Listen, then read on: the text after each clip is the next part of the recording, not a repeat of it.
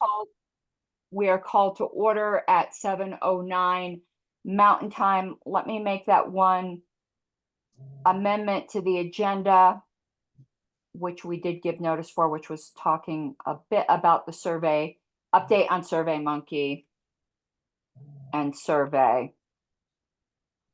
Even though I did send an email out, I wanted to give a bit more explanation. And I will start to share my screen, but while I am doing that, Madam Secretary, if you could take attendance, please. All right. Arrowwood, present. Bracco, Present. Szelski, I am here. Harlos, Present. Latham, Here. Martin, Present. Moulton, Present. Rowlett, Here. Rufo. I'll come back to him. Seebeck, Mike Seebeck. Here. All right, sir. Now the alternates. Rich Tomaso, Dave Roberson, Present. Greg Deal, Roger Roots, Present. Dana Logan, Dean Rogers. Madam Chair, at this time, we just have member Rufo out, but he has a habit of checking in a tad late. And let me shoot him a message too.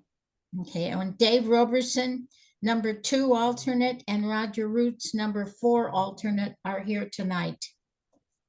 Okay, I want to make sure, are you guys, because with the 3 screens, are you seeing the agenda? Yes. Okay. Yep. Just wanted to make sure. Because I've got Lpedia up on my other screen and I don't want to close it because I'm like in the middle of patrolling and I'll lose where I'm at. All right, opportunity for public comment. Please go to the reactions button and raise your hand if you have public comment. And that would include committee members that have things to say that aren't necessarily on our agenda. Mr. Jacobs. Just very briefly, a question primarily for Mr. Bracco. I sent him an article and I'm wondering if he had a copy or if he had any questions about that, if I may.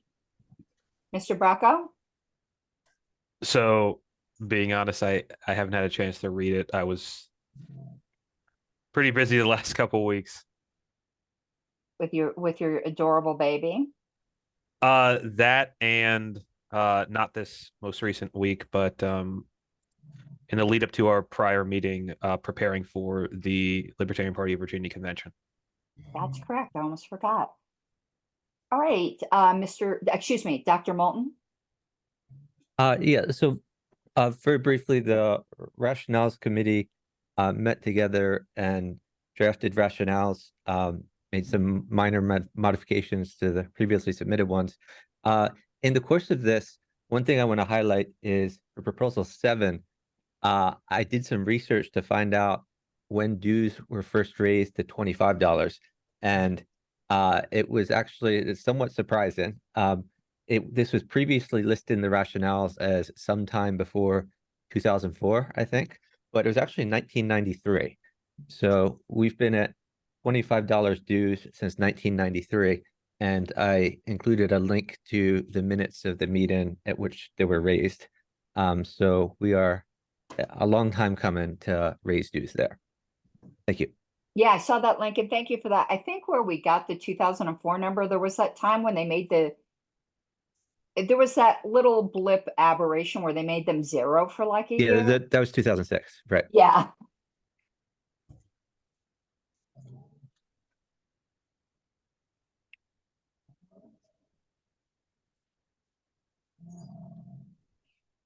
Okay, one moment. I think Mr. Rufo is entering.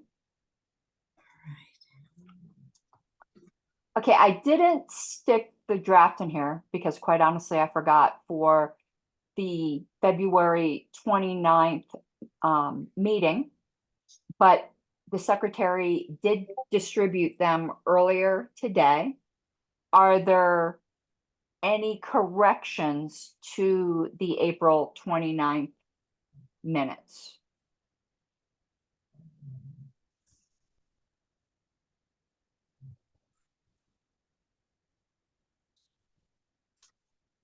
Right, seeing none, those are approved. Okay, I am going to click on this link, hopefully.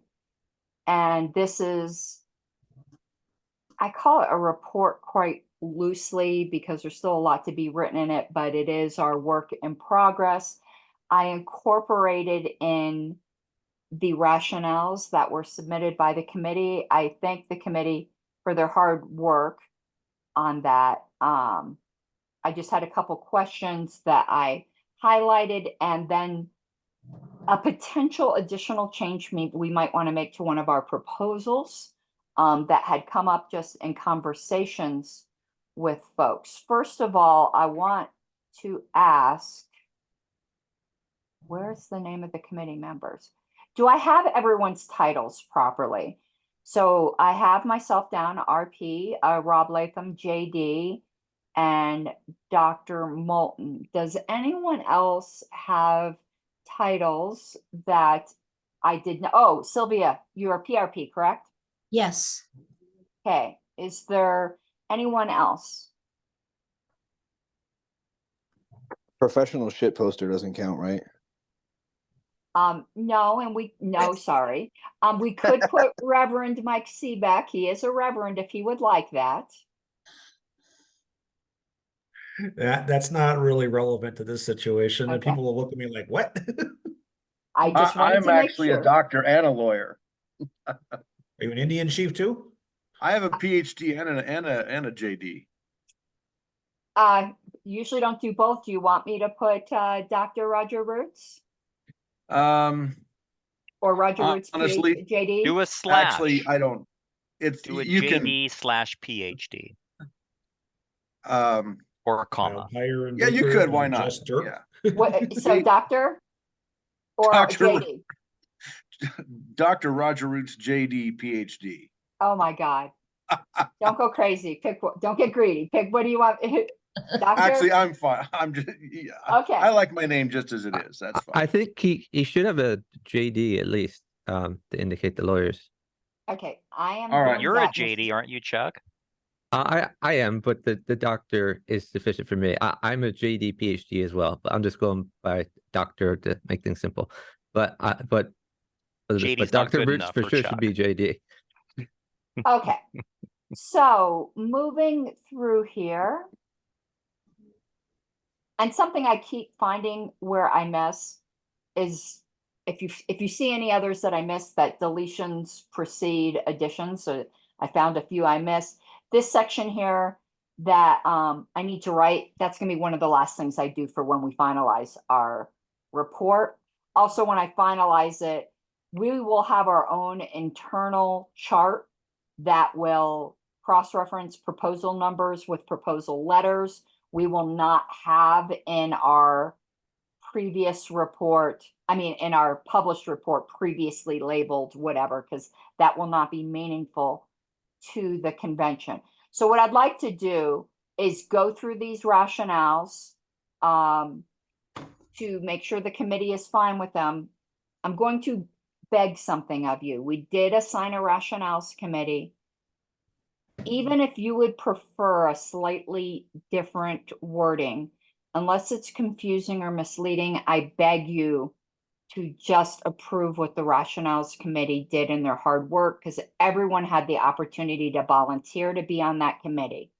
So let's not comma this to death, is what I'm saying. Mr. Roulette. Would it be okay? So I have seen little places here and there that ought to have commas or, change a these to a those or something like that. And I don't want to take everybody's time with that. Would it be acceptable to everyone. If at the end of this meeting, sometime between now and 2 weeks from now, I put out a little, Tom's edits. And then in between then and now, anything that anyone objects to, forget about my edit, but all unanimous edits that people are fine with, that we can adopt that at the meeting 2 weeks from now. Well, let's try this first, Tom. I think that sounds great, but maybe some of those we could just do real quickly here because a survey is going out with some of this wording in it. Famous last words, but okay. Well, let's see. Let's play it a bit by ear. This is going to be a bit more of a casual meeting than some of the others until we get to the proposals. Mr. Latham. And just, I wanted to maybe support what Mr. Rolette was saying, because I think this report just got circulated today, so maybe many members have not had time to give it a good look over. So we might want to just allow that opportunity for correction for a couple weeks. Well, there always will be that as well, because we're not approving a final report yet. But what I'd like to do today is go through each of the rationales and read them out loud. Because as we've noted, even in our bylaws proposals, it's a different experience reading them on paper, like to yourself, and hearing them out loud. So if there's no objection, that's what I'd like to do. And then when we get to highlighted things, we could talk about it. So Proposal 1, this is standardized committee rules rationale. There are 2 different standards for similar national convention-related committees, which can be terribly confusing, and the differences are not particularly logical. This proposal would consolidate the 2 sections and have one procedure for the platform committee and the bylaws and rules committee, resulting in simplification, consistency, and ease of understanding. Any quick comments on this one? Mr. Rolette. All right, here we go.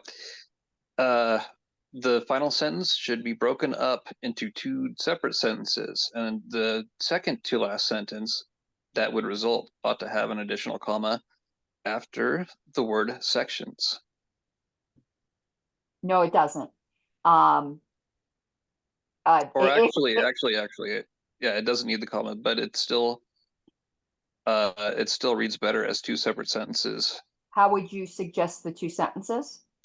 So replace the comma after the bylaws and rules committee with a period. And then add the words that would result as opposed to resulting in. So this proposal would consolidate the 2 sections and have one procedure for the platform committee and the bylaws and rules committee, period. This would result in, is that what you're saying? That would result in, correct. Starting a sentence with that is kind of odd. It would be, I think, this. That points backward and this points forward generally. Okay, here's where I'm going to plead with you guys again before I talk to Mr. Latham. I'm going to be presenting this report. I don't speak that way. So remember that I am going to be following these rationales pretty closely. And there's going to be some areas where I'm going to ask that it be conformed a bit to my voice rather than to what your high school grammar teacher might say. I would never start a sentence with that. I just wouldn't. So I highly suggest we keep this the way it is or use this. Otherwise, I'll bend here, although I think okay. This is the first of many small things. I don't want to. So we can leave this as it is. I'm fine with that. Mr. Latham, then Mr. Seaback. And I was largely, Madam Chair, going to concur with what you just said. I will tell you, as a member of this subcommittee, I think our intention was to try to write it as we thought you would say it, although we are certainly not experts in your locution. But so I'd ask the committee just to give you a bit of deference as you read through these, to the extent you're comfortable reading it. but I know that was at least my intent. And I think it was the intent of others as well. Just try to do it in a way that would work for you.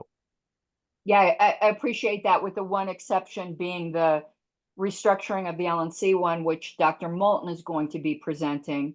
Right. Mr. Seebeck?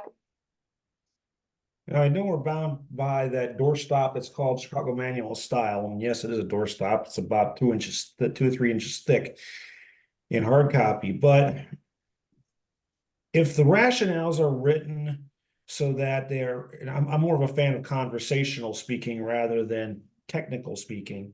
If they're written in a way that when you read them, it's as if you were just having a normal conversation, and that's the way they should be written up and presented. We got to be a little more stickler on the actual wording of the bylaws and rules themselves, but that's a different story. But for the rationales, let's just make sure that they're written the way they're going to be said. I think that will get the point across without it being crazy about it. Yeah, I do think the rationales are more conversational, and as long as they're understandable, conversational, and natural to whoever's going to be presenting because these aren't part of our permanent record. I do want to just adjust one thing and comment, because there's a lot of people don't know the party already has an official style guide. It is the Chicago Manual of Style. Dr. Moulton. Yeah, so real briefly, I think it's good to write this in the manner that the chair or the presenter would like to speak, but I don't think it should be the case that the presenter just needs to read the rationale verbatim. I think the presenter should have the discretion to present it differently if the presenter wants. The rationale is there to have a written record for the people to look at in the report. I don't think we need to slavishly just read what's written there. At least that's not the way it's ever been done in the past that I can recall. I mean, so sometimes you could do that, but I don't think that's necessary. And I don't know if the chair disagrees, but No, that's at least been my experience. I don't disagree. And if you recall, I've been platform committee chair 3 times. What's good about it, though, is sometimes you get tongue-tied. And if you can look down and you have an anchor that you can just read. Being a YouTube show person, I'm kind of used to having something like, okay, I know this is generally what I want to say, and going off script a bit, but it's always good to have the script as the anchor point, just in case you get flustered. So I agree, it's not to be slavish, but I would like it to be close, not something terribly different from the voice of who's planning on presenting it. And that's kind of the way we handled the platform report in the past. So let's go to the next one. I don't think there was any highlights. There's only a couple highlights. Rising seconds. And large bodies, like conventions. Madam Chair, wait a second. Okay, Mr. Seebeck. Can you go back up in proposal 1 a moment? We might have a problem in the rule 5 section under 1D there, or Where? Hold on, scroll down a little bit, please. Okay, well, actually, go up to the original first. Okay. 1D. A delegate may cumulate. Is that a typo, or does it actually say that? It says that. 1D, rule 5. It says that. That is not a word. It's accumulate. I think cumulate is a word, actually. No, it's not. But anyway, that's something to look at later, I guess. Cumulate, to gather together. It's in the Oxford Dictionary. It's not in both Open Office or LibreOffice or Word. It's in Merriam-Webster as well. Cumulate, to gather. No, it's accumulate. I will stand by that, and so will the PhDs that taught me. And they I'm just looking at the dictionaries. But Merriam-Webster's has been proven wrong before. Well, if somebody wants to amend a proposal later, they can amend it. That is a Scrivener's problem that can be addressed later. We're going to be professional. We got to use correct words. Mr. Roulette. if I can bend on what was taught to me by the PhD who taught me that that points backward and this points forward, and I can bend on it even though it has improved my writing and my speech over time. If I can bend on that, perhaps Mr. Seebeck can bend on the word accumulate. But this isn't even part of what we're discussing tonight, because this is the original language that we have not amended. So if anyone on the committee wishes to propose a further amendment to this proposal, it can go on the schedule for a future meeting, but that is not on the agenda for this evening. Mr. Rufo. I mean, just to be fair, not to beat a dead horse, but it's in the Cambridge Dictionary, dictionary.com, Merriam-Webster's Dictionary. It's in every actual dictionary, so it's a word. Thank you, Mr. Rufo. Mr. Brown, without objection? Are we still in public comments or No, not? we're going through things, but you are a party parliamentarian, I so would just say, if I was to read that, and when I'm looking at bylaw amendments, I always read the rationale, and I see the word accumulate, my reaction is gonna be, what? okay, this isn't in the rationale though. This is in our original bylaws. Okay, or even in the bylaws, because but personally, I think you should use the word that people fully understand, and I think a lot of people will look at the word accumulate and go, say what? That's just me, though. I'm not on the committee. You folks are the committee. Thank you, ma'am. Hey, thank you. Again, if somebody would like to, this is proposal 1, make that recommendation and send it to me for a future meeting, we can certainly get that on the agenda. So for proposal 2, rising seconds, the rationale. In large bodies like conventions, it takes only 2 delegates, open paren, a mover and a seconder, close paren, to propose items. I think that's supposed to be have. We can get to that in a moment. I see it squiggly here in the document. But right now it says that has no realistic chance of passing. This could be dilatory, but is more often inadvertent, as it may be hard to read the room.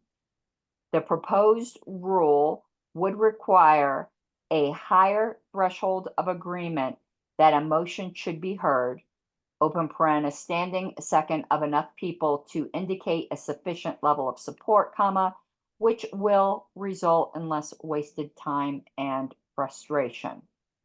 Mr. Latham. I think I would propose that we just say to propose an item that has. That might have been what was intended there. And then that's grammatically correct. Mr. Seebeck, who else was on the rationale committee? Mr. Bracco and Dr. Moulton. What I are your preferences, Doctor? Because I think there's 2 fixes here. We could either I say, don't care one way or the other. Either's fine with me.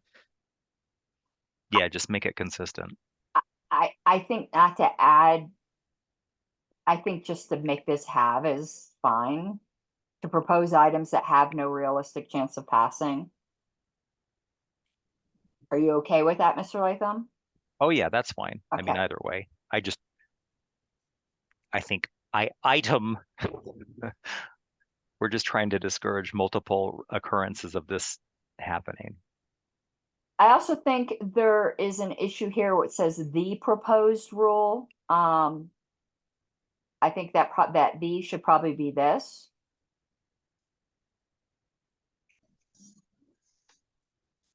Or this proposal. Yeah, I mean, whatever you're comfortable with, I can see that being a little more conversational. I think this proposal, because Yeah. between rule and bylaw article, a lot of people really don't understand. They understand that these are proposals. This proposal would require a higher threshold agreement that a motion should be heard, such and such. I mean, I'm good with it as this. Anyone else have any other comments on this?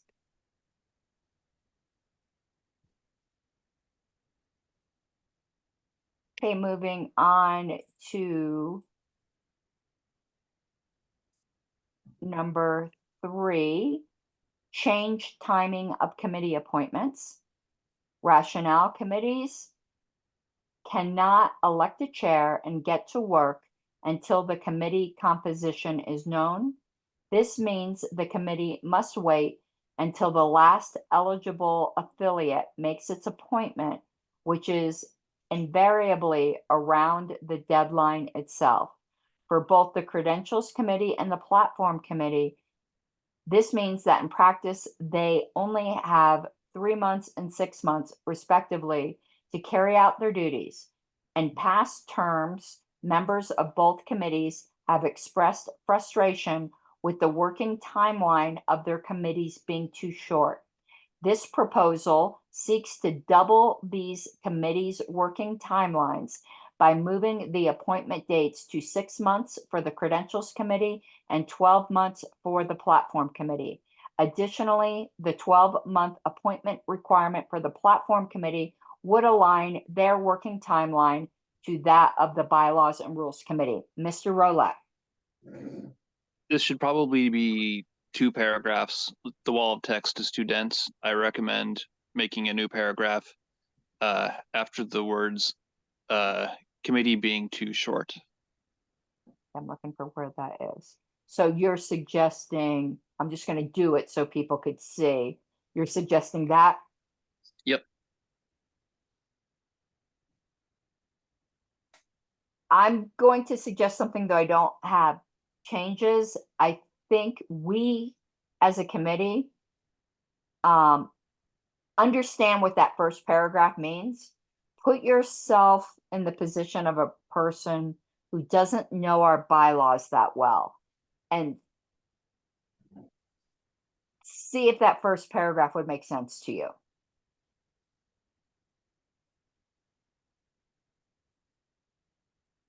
And let me give an example. So committees cannot elect a chair and get to work until the committee composition is known. I think that's a bit fancy. A lot of people don't understand that affiliates appoint people to these committees. I don't know, Mr. Latham? Then I was just going to simplify it, suggest until each of its members are known. Cannot get to work, and get to work until each of its members are known.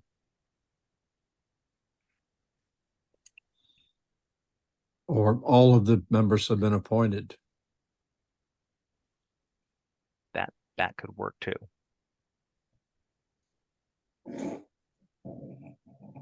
I'm going to defer here to the Rationales Committee. I mean, we can keep this. This is just, it's in the first 6 proposals, which a survey is going to go out on. That's the only reason why I'm really concentrating on this. Do we want to look at what the draft language said before? If I can find it. Just to see if it was at all simpler. Or maybe has something. What was the number it was before? It was K and M. So committee proposals, past proposals, K and M, and they don't go in order. That's wonderful. Well, let's see what M said in just the draft before. Nope, it doesn't say really anything. Let's see if K was any better.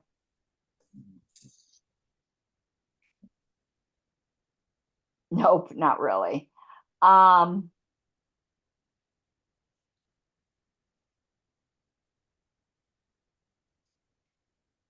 fine with leaving it like this for the survey, though I think we may want to work on this as it comes up to our final report. Because I really just don't think that these proposals are all that controversial where people are going to be staring at these rationales. I think they're pretty self-explanatory. We're lengthening the time. But I would ask that maybe the rationales committee take a look at this first paragraph. I think the second one's fine. I just think this is a little us knowing what we're talking about, but maybe not being intelligible to the average member who doesn't understand how this works. So it's just a suggestion. And if you guys want to work on that, we can do that before the final report. Okay, proposal for removal from office. Rationale, whether the due process revisions of RONR, I don't know if we want to put in a footnote or something that explains what RONR is. Or We just know spell what it that, out. I'm sorry? Sorry, or just spell it out. What do you guys think? Mr. Seebeck? All, Leave it. But I have a question. Yeah, Is provision singular or plural? I would argue that in Roberts, it's actually plural. okay, let's get to that in a second. I do think it is plural, and I'm just going to do that unless somebody like yells at me. But Mr. Latham, what do you think about that abbreviation? yeah, I prefer spelling out in that situation, but also even maybe even preferable to that because there is some hostility even to RONR just saying our parliamentary authority. That's exactly what I was going to suggest. Yeah, that's what I was going to go for too. I think that's better. And it's not so much of a red flag because this would apply even if we changed our parliamentary authority.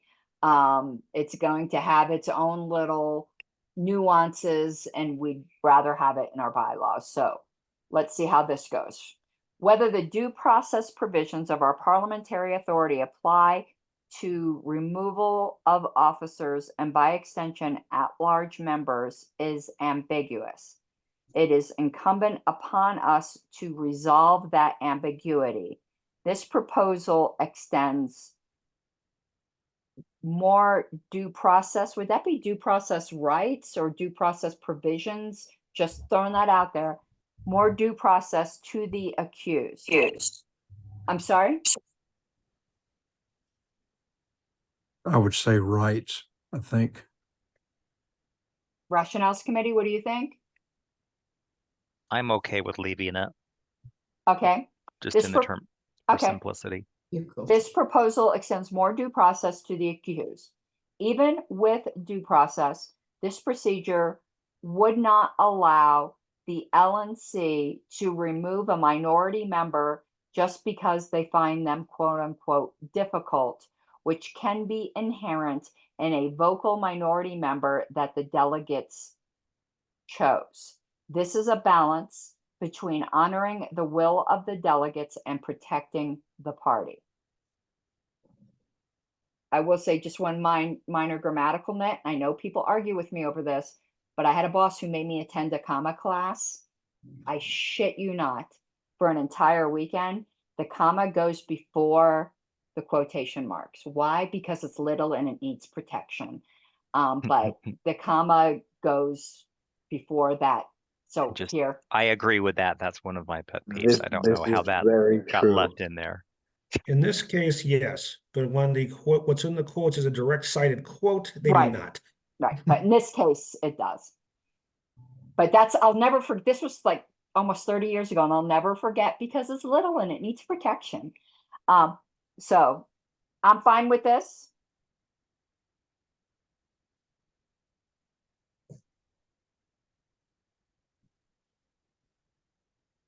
Actually, I do have a question that even with due process, I don't think makes sense.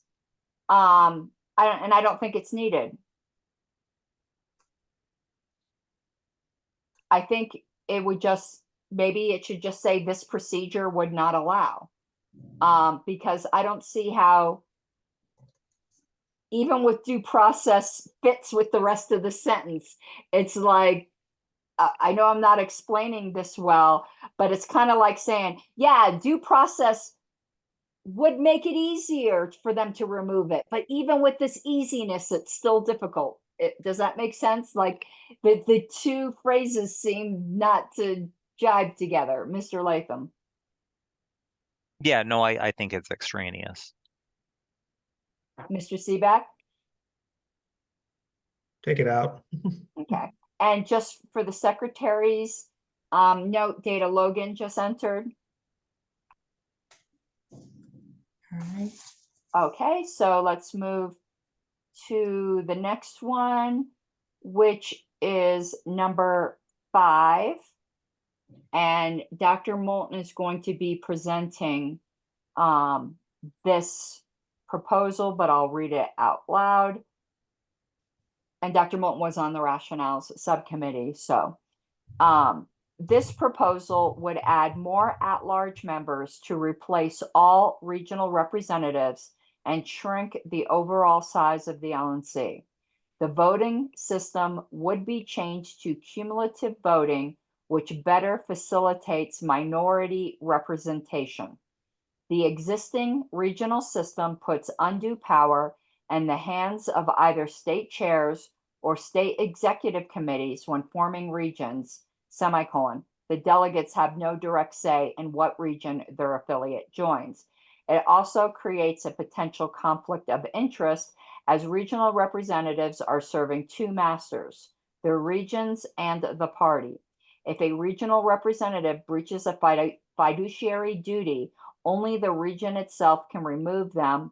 The LNC has no true disciplinary power. Delegates do not necessarily have geography as their primary focus. Someone may care more about ballot access or ideology or fundraising or any I think there's an extra A there. It should be any number of what, or any of a number of things. Shouldn't it be any number of things?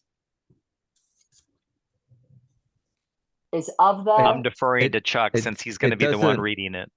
This is how I would write it, but if you Okay. wanna, if you No, wanna you're change it up, presenting that's, it, so let's that's leave it. fine. That's fine with me if you think it would be clear some other way. No, I think it's clear each way, and this is your I think we all know what we mean here, or any of a number of things, then where a candidate for regional representative or alternate happens to reside. Talent may not be equally distributed geographically. Some states and regions have many active, competent, enthusiastic activists with the financial means to travel around the country to meetings, while other affiliates have few. Many with experience serving on the LNC or other boards believe our national committee is too large to be effective. If you have 18 people who want to be heard on every issue, then discussion and voting takes a lot longer than if there were fewer, and the decisions made by larger boards are not better. Shrinking the LNC does not necessarily mean shrinking participation in national matters. The LNC can and should have many committees with non-LNC members to which it delegates responsibility or from which it gets specialized advice. With cumulative voting, which is an integral part of this proposal, the board will be more representative of the body as a whole. Cumulative voting allows a minority voting bloc to strategically band together and ensure they get representation on the board, unlike approval voting, our current system, where a majority bloc can run the table and get all the seats. Suggestions or comments?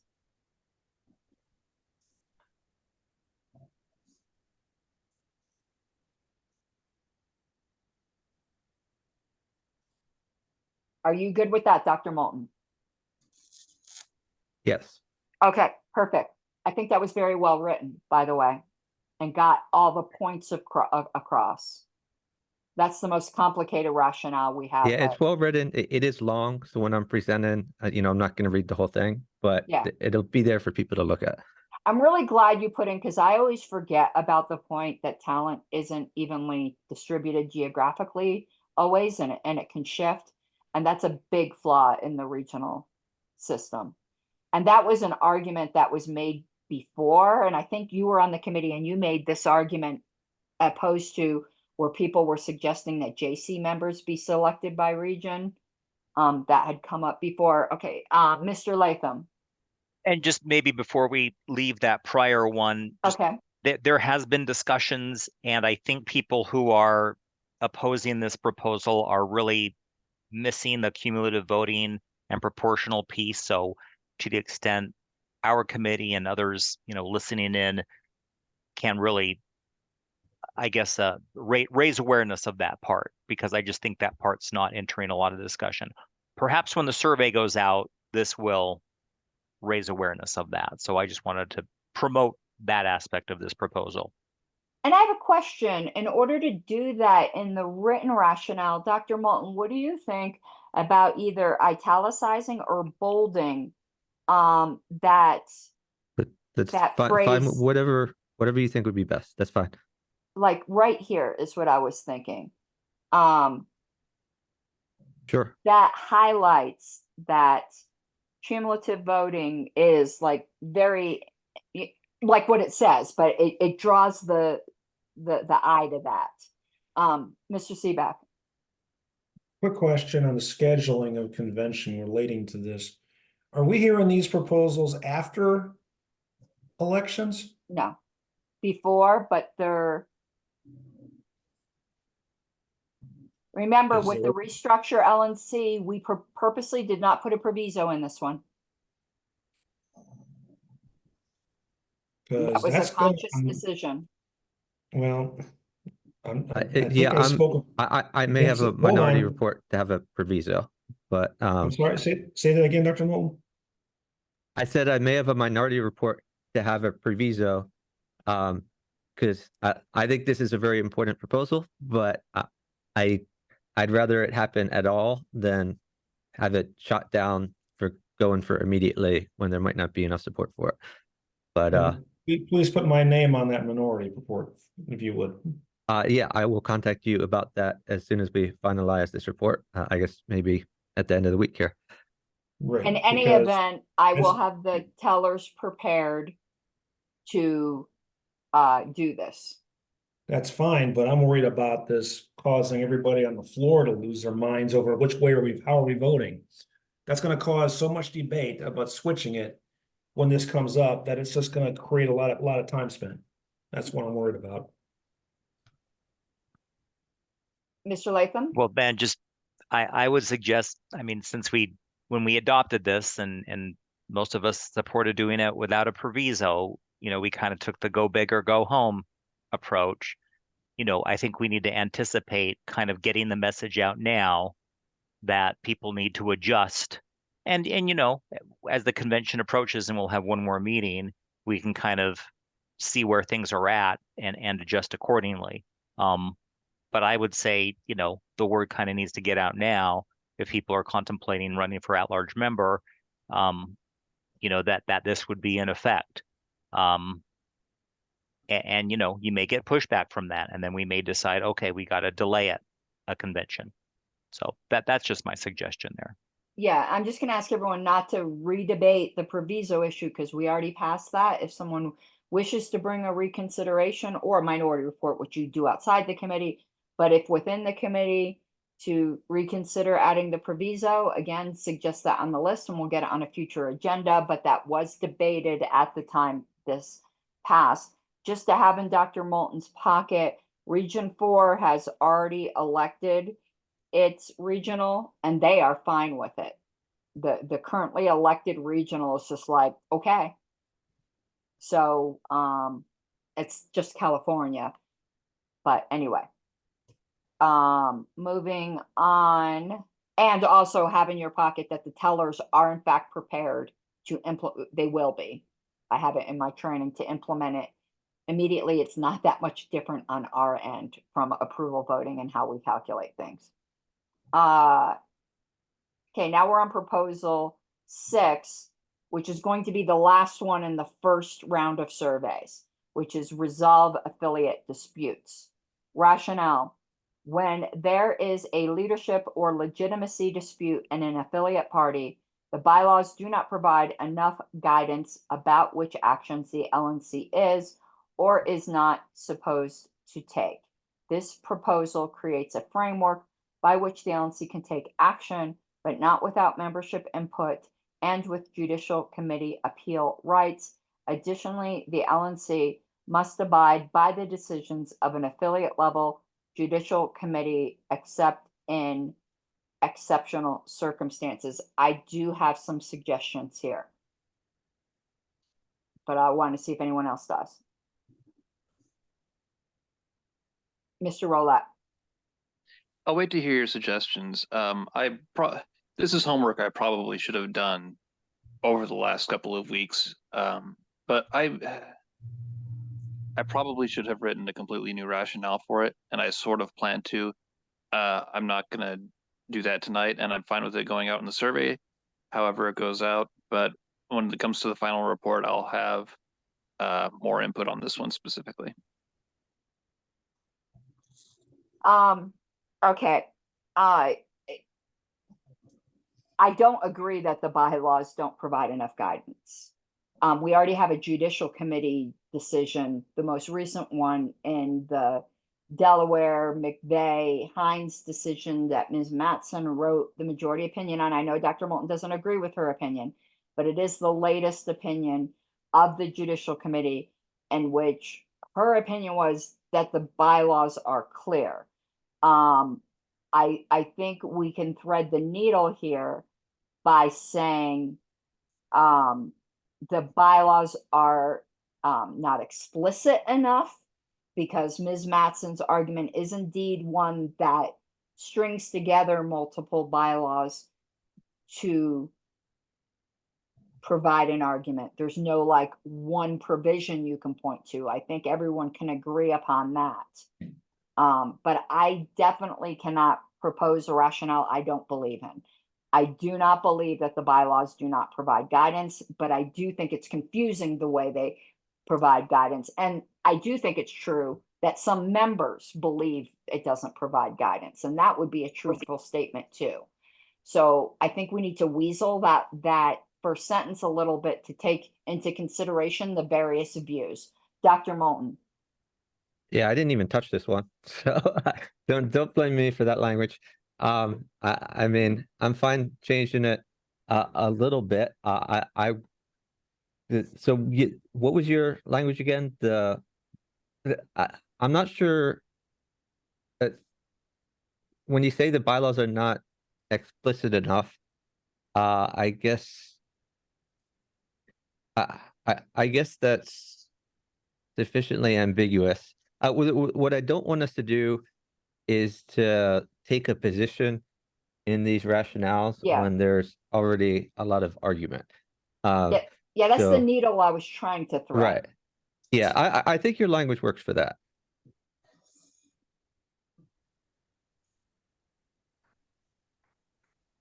How about, and I see there's other people, so we're not going to change anything. We'll get to the other hands. How about the bylaws or how about many believe the bylaws are not explicit about which actions the LNC is or is not supposed to take? Because I think it's true that many believe that. Could you type that on the screen? Okay, what I'll do, I'm going to copy this because I know other people have other suggestions and I don't want to lose the original wording. What I was suggesting was many believe that the bylaws do not provide explicit guidance.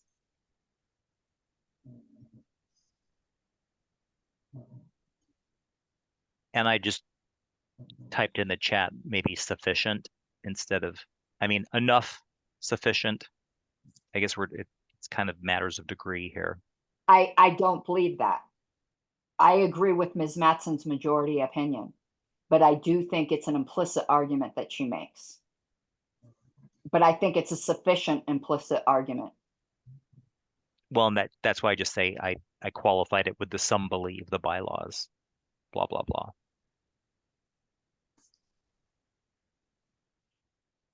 Okay, well, let's see what everyone else has to say. Mr. Brown, without objection. I think I'm going to pass for now. I do tend to believe that the membership. I think there's a lot of dispute as to whether the bylaws are clear or not. But I need to study this. I need to study this some more. I do agree that that's a provision. The area of what authority does the LNC have? What can they do? I think that does need some clarification, but I need to study it more before I can weigh in intelligently. I'm sorry. Mr. And Brock, I was, let's let oh, Mr. Bracco I didn't go want to first, jump. please. So I like the explicit guidance. I think that's better. I would prefer, instead of many believe, it may be argued, because Okay. then you get into like How how many many? is many, and Right, when that's does a not heap a rabbit not, hole we need. right. It is argued, you're thinking. I would say it may be argued. It 'Cause may be it argued. may be argued, not.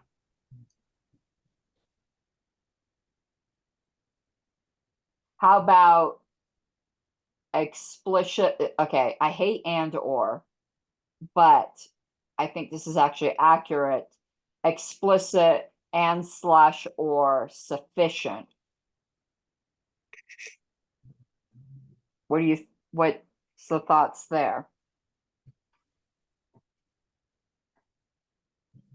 I think it's accurate, but is it necessary?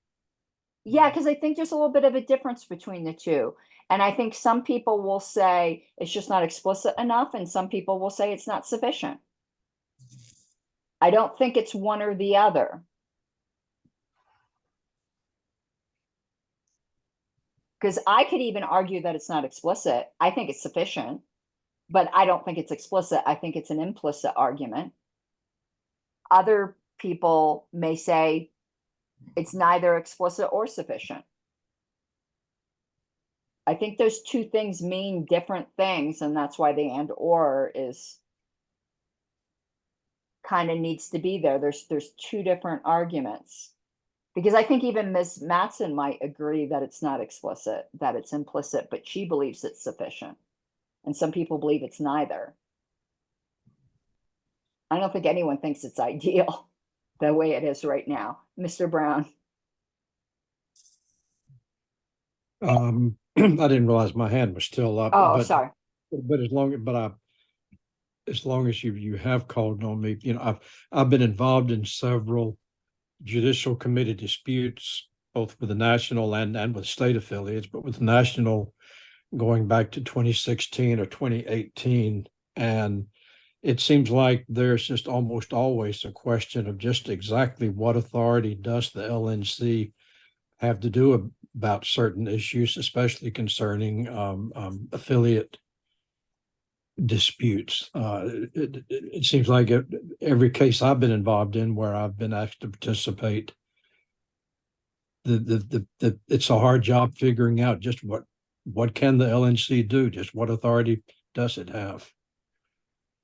And I have another potential suggestion where it says this proposal creates a framework. I think calling back to the prior sentence might be important to put this proposal creates a clear framework. Because again, some people think there already is a framework, but that it's not explicit or sufficient.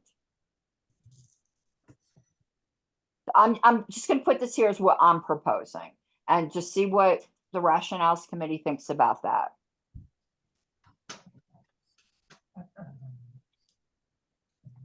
Yeah, and I'm good with it. I was trying to pull up the original proposal EE. I've lost the link for that list of proposals.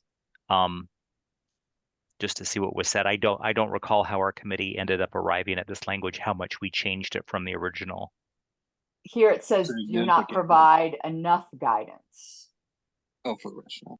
which sufficient is kind of another word for not enough. Yeah. And I was just, that word dispute, I know elsewhere in our proposed rationales, we use, there is a dispute over blah, blah, blah. And here I don't think we used it because it's already been used. So we just didn't want to overuse that word. I want to close some of these tabs because I got a million open. Okay. So, So I'm fine with that. okay, Mr. Bracco? So I think instead of clear, you should say explicit. I think somebody maybe can argue this is unclear, or this is still insufficient. But I think somebody would be really hard pressed to say it's not explicit. I'm fine with that. I think calling back to the prior sentence makes sense. And normally I don't like repeating words, but again, this isn't something that's good. The rationale's not going into our bylaws. Mr. Seebeck. I'm a little confused about something else in here, though. Okay, the wording of the proposal itself has to do with the question of who is the chair of the affiliate. So I don't understand what the words "or legitimacy" part have to do in that first sentence. Leadership dispute is crystal clear. Or legitimacy part, I'm not sure exactly what that means. Rationales Committee, care to answer that?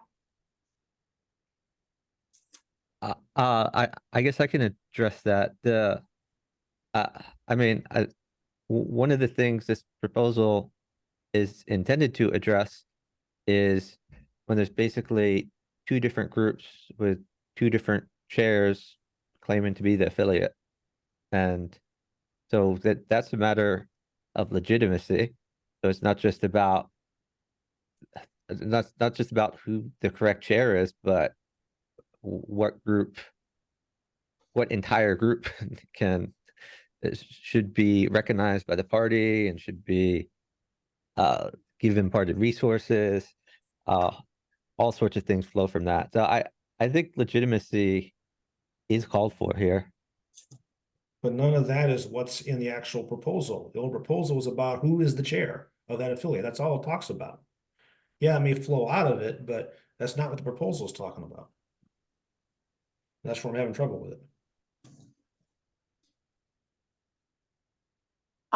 Mr. Becker, do you intend to still have your hand raised? Yeah. Okay, go ahead then. I think if we had a situation where there were two affiliates, presumably they would have two different chairs. That would be a really weird dispute if they didn't. So if the LNC would then decide, oh, this is the chair of our affiliate, and in the national bylaws, you can only have one affiliate. So that means that not just that chair is the chair of that affiliate, but the group that this chair chairs is the affiliate. So I think you kind of can get there. It's not like right out in the open, but I don't see how we could really have a dispute of who's the real affiliate when there's two or more and they all have the same chair. That I don't see how that could ever happen. Can I ask, I kind of actually missed the question, and maybe if Mr. Seebeck or someone else could restate it, I could take a crack at it, because I think it goes back to our original debate on this proposal. But what was the question? Let's hold off a second, Mr. Latham, because we do have a bunch of people in line. So let's just get it all out there. Mr. Brown, if you raise your hand though, Rob, so I have you in line. Okay, thank you, Madam Chair. In some of these past disputes over the past, I would say 2, 3, 4 years, I've taken the position that the LNC has the inherent authority, or should have the inherent authority, to decide who it is going to recognize as the officers, or which group it is going to recognize as the affiliate or as the legitimate officers when there's a dispute.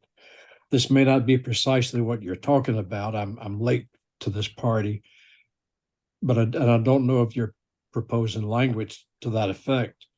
But I've made the statement several times at LNC meetings that I think the LNC has the inherent authority to decide who to recognize if you've got two different groups claiming to be the officers of the affiliate. Okay, I want to answer, thank you, Mr. Brown. And I might not be able to say it better than, I forgot who this, Mr. Bracco was the speaker.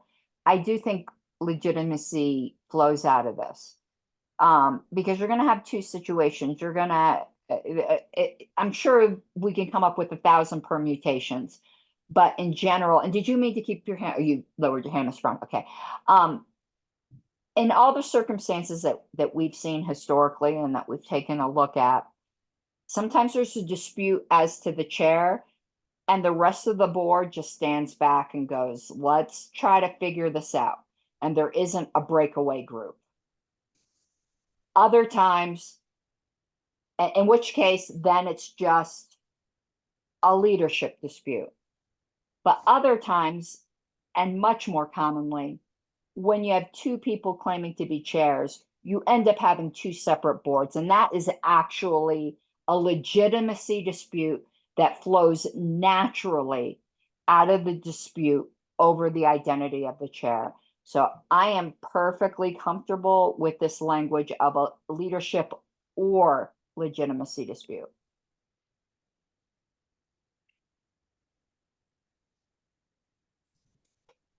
Mr. Latham, and I'm going to put my hand down. Oh, and again, I would need to know what Mr. Seebeck's question was before venturing an answer.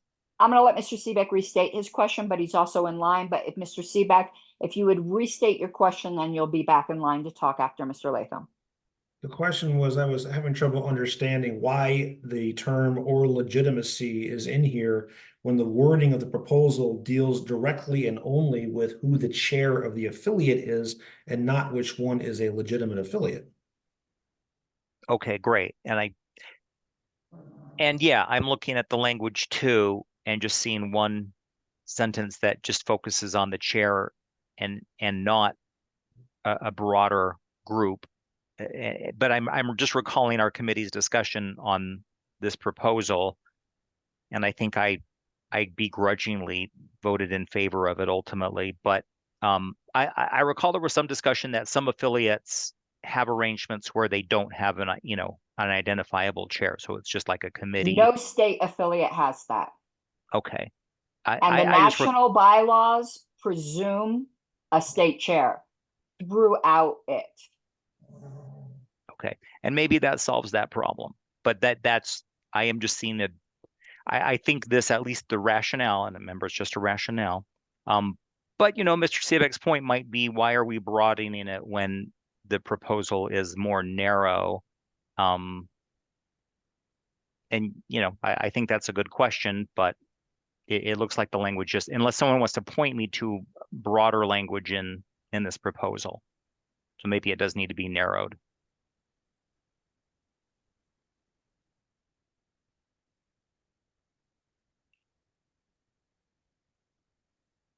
Mr. Brown?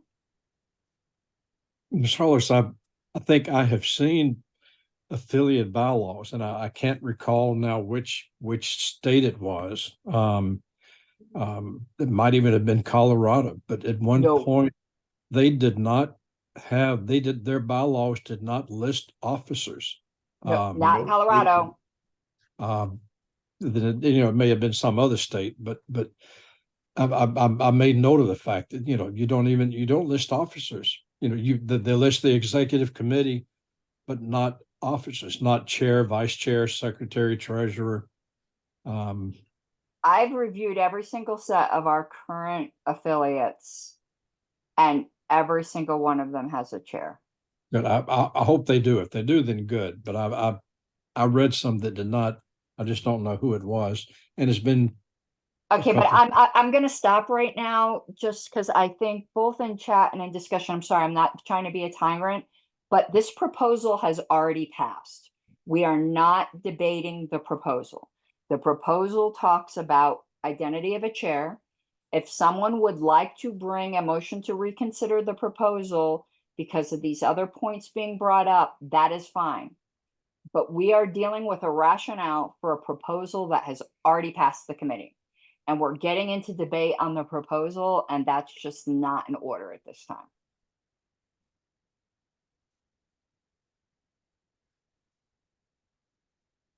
So I'm just saying, because this has happened with several proposals so far, and anyone on the committee can bring a motion to reconsider. They have that right as long as they weren't on the losing side. But right now we're talking about rationales for the proposals as they exist, not relitigating the proposals themselves. I have no problem if the rationales committee has no problem with taking out or legitimacy, because I think it flows naturally from leadership and we don't really need to say it. I don't mind saying it either. If we can maybe move on past this rationale by taking out legitimacy, I'm fine with that too. Dr. Moulton, you were on the rationales committee? It doesn't matter to me either way. Yeah, I don't, after hearing this Okay. discussion, it doesn't matter to me either. Okay, what about though these other changes we made about it may be argued that the bylaws do not provide explicit and/or sufficient guidance, and also this proposal creates an explicit framework. So I guess what I'm saying is, are we okay with this paragraph replacing this paragraph? Dr. Moulton? I think your changes are better than the original. Yes. Other Yeah, I'm members? good too. I would have Okay. taken out the second explicit, but you are okay with that and you're the one who's going to read it. So Okay. that's fine. And then we'll see what the comments are in the survey, because we will be not just amending potentially our proposals based upon comments. We'll see what arguments fall flat, or which arguments rationale, I guess is the more polite word to say, are misunderstood by people. Because a lot of times you get comments where people are like, I can't believe you're doing XYZ, and you're like, but we're not. And somehow they're getting that out of the proposal. So, all right. So now we're up to 6. These are going out in a survey that we'll talk about in a bit on the Survey Monkey thing. Okay, here's where Dr. Moulton put in the very helpful Lpedia link. This is proposal 7, raise membership dues. Rationale: party sustaining membership dues have not permanently increased since December 11th, 1993, more than 30 years ago. Woof, that brings the point home, doesn't it? Note, in 2005, dues were increased to $50, then brought down to $0, then brought back to $25 at the 2006 National Convention. There has been significant inflation since 1993, meaning that the LNC now receives less resources in real terms from membership dues. Costs of servicing each member have gone up significantly. For example, National can no longer afford to send a monthly or even quarterly LP news to members due to rising costs of printing and postage. This proposal would better align membership dues in real terms to the last time they were updated. I do have one comment, but want to see if anyone else does.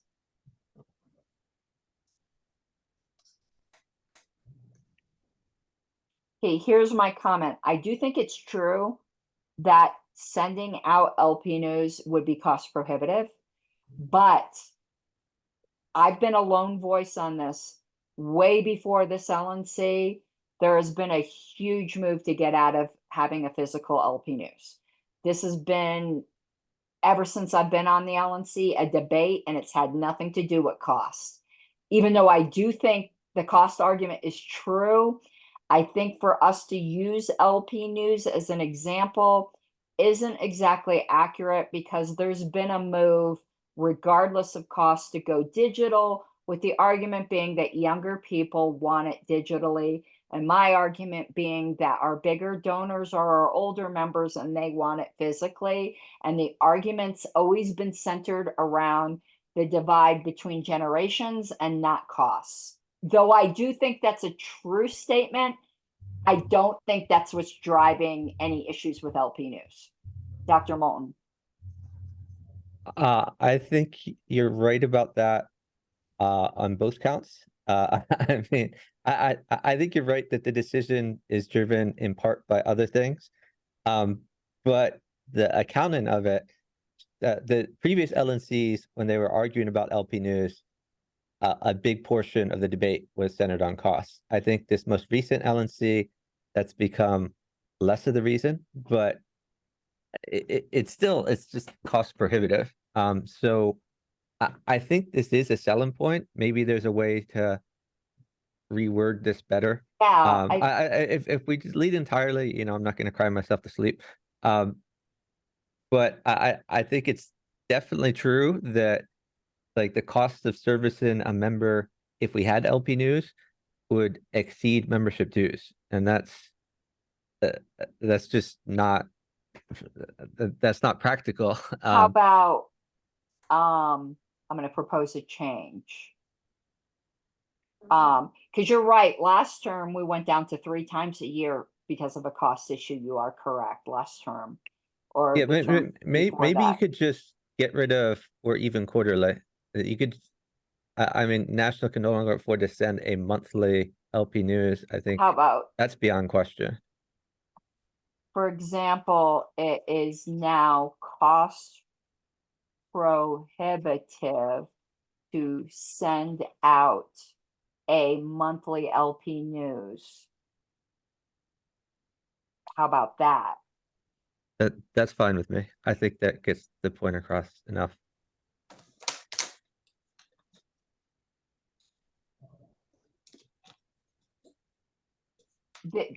My only pushback here is, I agree with you on this, and you know I'm a huge fan of the printed LP News. I don't want the argument in the floor to start to turn into, again, the generational argument when we're really talking about costs here. I don't want. I understand what you said. If we need to take this sentence out, that I'm not going to cry myself out to I sleep. think we should take that sentence out, because so I think it's a red flag that's going to have people arguing about younger people and older people.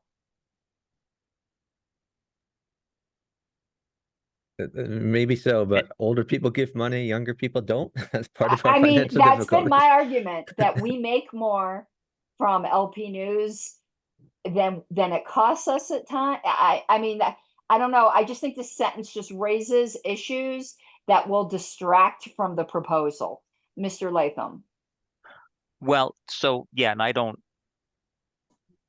object to removing those last 2 sentences as well, but I'm just kind of thinking, okay, if it ends at costs of servicing each member have gone up significantly, period, that seems to kind of come up short. And I'm just wondering what might replace it with, and maybe convention costs. I don't know. Well, I mean, I don't think we have to. I mean, that's a true statement. I don't think we have to. Somebody could do a request for information and say, what are servicing costs? And that could be maintaining our national database. That could be having sufficient staff to answer member inquiries. I mean, I could answer that question a lot of different ways. And actually, you're getting to where my concern is. If we don't offer an example, then people are going to use their imaginations, and I think you're going to invite a debate over every line item in the budget. And so I'm just thinking, throw out a nice, tangible, example of costs that's not terribly controversial. I'm going to tell you what I think. I think all of this right here should come out. Okay, yeah, maybe if, and then, I gotcha. Those 2 sentences. I tend to think this is one of our best arguments. I've already seen pushback to this proposal from people who say, why do you need to raise dues? What's the big deal? Which, I mean, costs have gone up. That's that's the reality of it. And part of my concern is the other examples that have been thrown out, like the cost of putting on a convention, the cost of hiring staff. These other examples are things that do not change as much when you change the number of members. So they can be amortized over 5,000 members or amortized over 30,000 members. The difference here is this is a variable cost. LP News, it costs for each member, things like postage. And that's really a cost that can't be absorbed as much. I mean, certainly the cost of putting together LP News, you might have a staff member for that, but the cost of sending out LP News, you know, if we go up to 100,000 members, that's not gonna lower this per member cost. We're still gonna have the postage costs, and that's really the problem with this inflation, that it's not something that can be solved by getting more members. I just think using LP News, which is a flashpoint to some people as an example, is a bad idea. Maybe saying it's now cost prohibitive to send out physical mail to members, because there's a lot of other things we do. It's not just LP News. It's reminding people to renew their memberships. It's ballot access, fundraising. I mean, I think making it physical mailings more generally avoids the flashpoint of LP News. I'm a minority voice on the current LNC. I've been a minority voice, I think even on the last one, of being in favor of physical LP News. I think that's going, whether we like it or not, because I don't think I'm a minority voice on this committee, but maybe I am. But I'm going to assume I'm not. Whether we like it or not, it's going digital. I don't like it. I've fought this good fight for a while and can see the writing on the wall that I'm losing it. Mr. Bracco. I would definitely take, I think if we're going to keep anything like that, the for example sentence, just rework it. I think maybe if you want to take that out, I do think that the cost of servicing each member has gone up significantly. Rather than take that out, you could possibly combine that with the previous sentence. Just say, instead of a period, just say, and costs for servicing have gone up significantly. But yeah, I don't think I really have the expertise to say like what specific costs are the best arguments. So I'm gonna leave that to other people. How about this? Because I don't want to spend a half an hour on this. Since this is proposal 7, how about we refer this back to the rationales committee, see what they think, and then we're going to go with what they say. Dr. Moulton. I liked your previous idea as a compromise. I think after, for example, we could take out the language between it and do, so we could have we could have, for example, costs of printing and postage have risen or something like that. And then we're not mentioning LP News, but we're providing a specific example that is certainly true. So for example, costs of printing and postage have risen. How about costs of servicing each member have gone up significantly, such as costs of printing and postage? Yeah, that sounds good to me.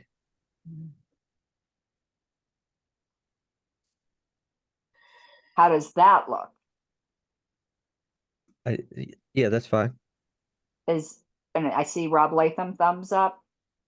Okay, now remember that this is in our next survey, so maybe next meeting if people have more ideas, but I think we got this better, so let's move on. Oh, Dr. Mol, oh, you put it down. Okay, refine dues definition. Are we doing the yellow Yeah, well, we provisos? no, the yellow, okay, I should have done my highlights of questions in a different color highlight because the yellow provisos are just part of my standard formatting for the report. Okay, well, I have concerns about that proviso. The Okay, so when we say when current memberships lapse, I think that's unclear. Because if someone renews, has their membership ever lapsed, or do they get the rate until they lapse? So I would say lapse or renew. can you, again, since this is the proposal as it passed, can you maybe address that on the list and we'll refine that? I can address that on the list, but this is something that needs to happen. So Okay, yeah, just I'll don't send an forget. email. Yeah, Okay. don't forget, and we'll do we'll reconsider this proviso. Okay, so refined dues definition. We've gotten at least past the first 6 that are gonna go out in a survey. I'm keeping an eye on the time. Rationale, staff has told the LNC that there is difficulty with the CRM, and it says what that is, customer relationship management system, and the way we calculate dues and the way that our bylaws describe them, which can include more than just designated dues payments, but other quote unquote donations. This proposal would clarify that restricted donations, such as for ballot access or payments for goods and services, such as t-shirts or convention packages, should not count towards dues. Additionally, it can be burdensome to keep track of a string of payments, open paren $1 here, $3 there, 50 cents next month, which aggregate to the dues threshold. This proposal presumes the dues increase in proposal 7 passes. If not, the amount will be $25 because over here in the markup proposal, it says $50 in a single payment. But if that other proposal doesn't pass, it will remain at $25. I have a concern here that perhaps the rationale committee can deal with. It's not just that it's burdensome. What the problem that staff communicated, and maybe this is something that I'll have to ad lib.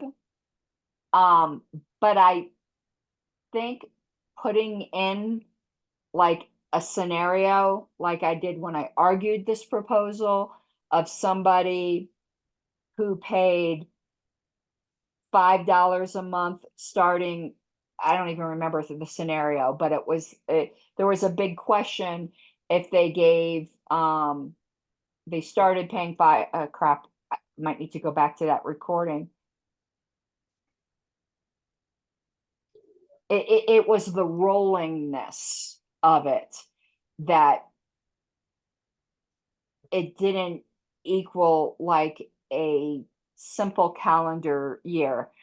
I'm having a hard time remembering my own argument. And it might be in the original proposal S, but I know it was something like if they started giving $5 in January, by the time it hit April, they will have hit the $25. So they become a sustaining member in April. Yeah, this is the argument that I gave because they hit the $25 mark. Then they don't give anymore. Their membership does not expire the following April.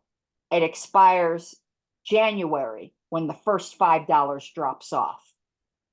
And that is what wreaks havoc in trying to calculate memberships. Mr. Latham. So just if I understand your comment, an initial reason for this, it's kind of a calendaring problem, Like when Yeah. does that go on the book? So is that, at a small line, it's also a calendaring problem, although maybe you want to word that differently. I don't think people will understand what that means. I It creates a think, problem as to when the membership is effective. I still don't think people will understand how. Okay, but that's the concept you're trying to That is the communicate. concept. I think actually put in the rationale something like consider this specific scenario, and the scenario I just gave you.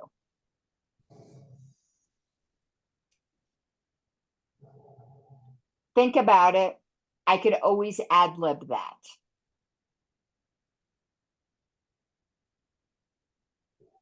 Okay, I saw a question in chat. There is a proviso.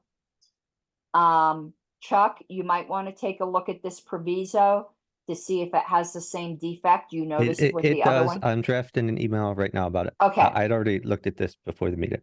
Okay, perfect. So we will address that next meeting. Proposal 9, add notice requirements. A best practice for stability and avoiding ambush and changes to bylaws is to require notice, and it is highly unusual for an organization of our size and place in the political landscape to have no notice requirements. However, we also need to balance the protection of notice requirements with the desire to avoid quote unquote proposal committees effectively turning into gatekeepers. This proposal balances these interests by allowing notice for member submitted proposals and still allowing proposals from the floor with a higher passage threshold. I like this rationale. I think it's simple and to the point. Don't see any hands, so I'm gonna keep on going.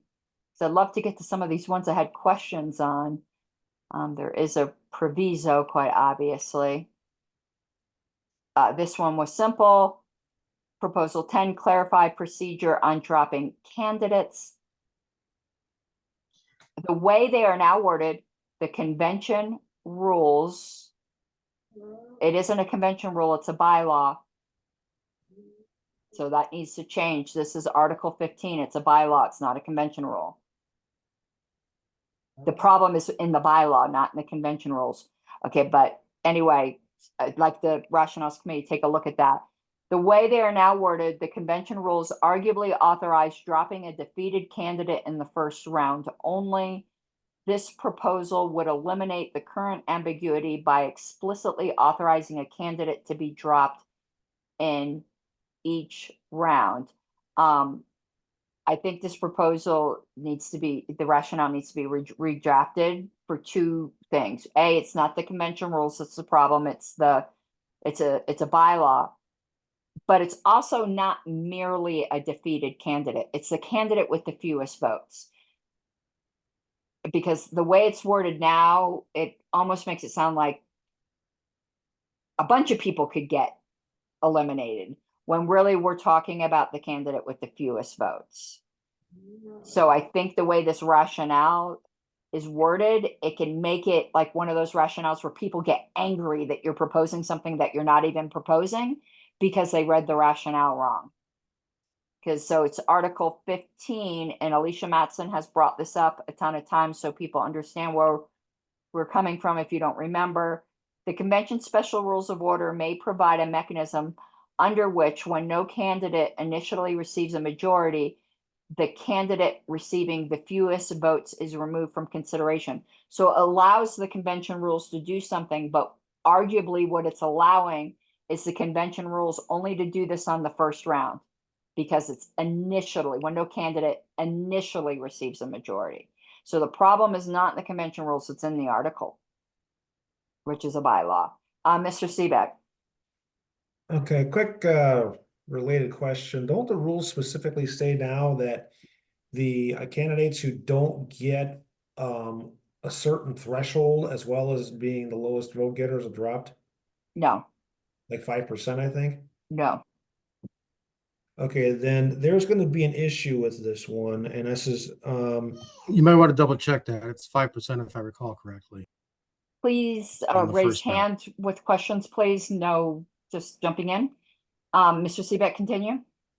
Yeah, the concern I have here, yeah, defeated is the wrong word, no doubt. It's also too negative.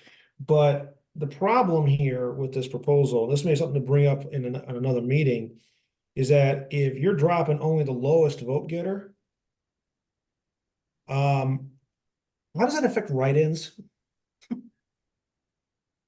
If you've got 30 write-ins only getting 1 or 2 votes, they would all be dropped from around, but everybody else who didn't make a threshold or didn't get anywhere near a majority would still be hanging around.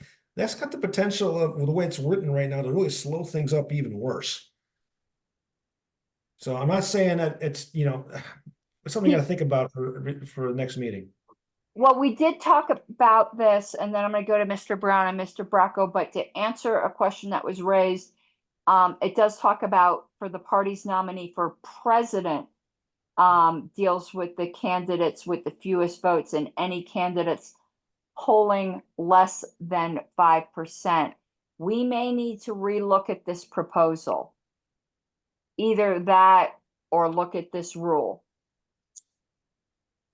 Yeah, because the concern I have is at larges in judicial committee and also officers if it goes through as written. Well, that 5% is just for president, but something I want to say about write-ins here, and I think this might be why Mr. Brown raised his hand. This doesn't have anything to do with write-ins because people can always do a write-in. Yeah. The write-ins, if they don't get a majority, they're automatically gone. They don't get put back on the ballot. And if people want to write them in again, they can. This is talking about nominated people, not write-ins, and we've always understood it that way. Is that what you were going to say, Mr. Brown? That is part of what I was going to say.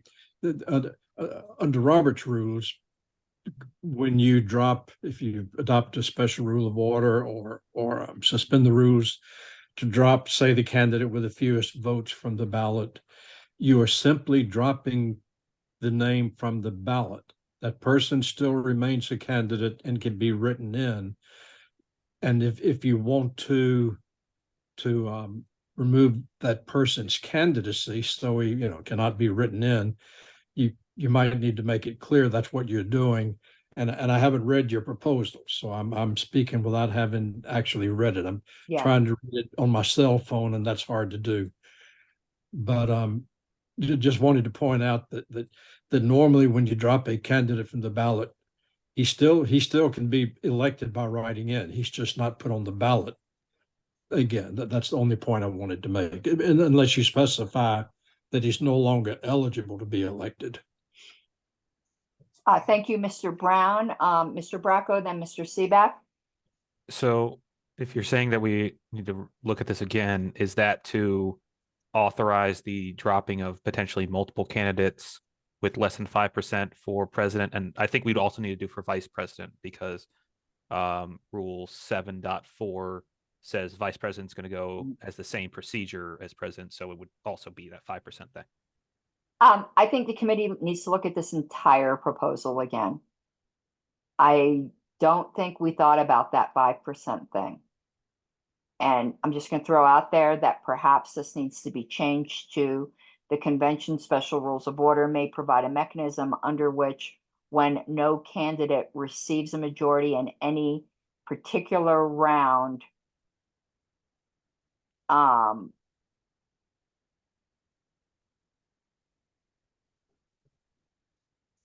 candidates can be removed from further consideration or something like that, rather than limiting it to the one, since our rules don't do that. But I think we need to relook at the entire proposal. I think that 5% just threw a glitch in this proposal. Mr. Seebeck. Yeah, that's why I brought it up. The concern here, we mean no nominated candidate, and also applies to all possible multi-ballot races, and that includes officers, JudCom, at large, president, vice president, all of them, because that would also establish a consistent way of doing it for all of them, which will also avoid a lot of confusion and streamline our processes. Well, I see Mr. Latham put something in chat. Mr. Latham, I'm gonna voluntold you. Can you take a look at this proposal and perhaps do a reconsideration for so because we screwed this one up, to be honest. So I see Rob Latham has already done some work. If maybe he'll take this on. Again, it's number 10, so it's not till our next round. And Mr. Fulner, no need to apologize. We all get over eager and do that. We're libertarians. It happens all the time. Okay, and just Go ahead, I Mr. will Latham. put that on my to-do list. Just I was interested actually in the language about removing from the ballot. And I think that's kind of an interesting wrinkle here because our existing language suggests, remove from further consideration, which to me seems pretty definitive. So I think that's a separate discussion that we may need to have. Yeah, we need to revisit this entire proposal. So thank you, Mr. Seebeck and Mr. Fulner, for bringing up that 5% issue, because that never came up when we were doing this. So this is why we go over this stuff over and over. Proposal 11, add RCV voting for officers. The party's existing electoral method to elect party officers of the National Committee is outdated and inefficient. The Libertarian Party platform, quote, supports election systems that are more representative of the electorate. Ranked choice voting, RCV, is a balloting method that eliminates multiple rounds of voting, facilitates greater voter expression than a single choice ballot, and mitigates the wasted vote problem. Using RCV also helps our party practice what we preach by implementing more competitive and representative electoral methods, familiarizes party members with the use of such methods, and models the use of such methods to external audiences. Excuse me. Adding RCV for officers only would allow the party to get used to this method with an eye to add it to other offices, including also the potential for STV, proportional representation, for multi-winner races.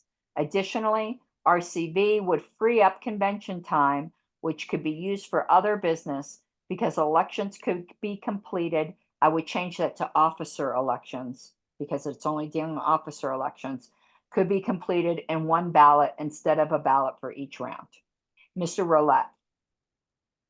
I have a couple of edits. First, we've got a big wall of text here. I think we should split it up into 3 paragraphs. Where? So the second paragraph should begin with the words ranked choice voting. The first place that ranked choice voting exists should start paragraph 2. You mean right here? Yep. Okay. And then paragraph 3 should probably begin with adding RCV for other officers. And if other people think that the paragraphs ought to go different places, that's fine, but I do think we want 3 paragraphs. The other thing that I would edit, in the first sentence, it says the party's existing electoral method to elect party officers. Electoral doesn't need to be there. It is redundant and it sounds the electoral method to elect. So I would delete electoral. Rationales Committee, what do you think about the paragraph splits and eliminating electoral in that first sentence? It's okay by me. Fine with me. Okay.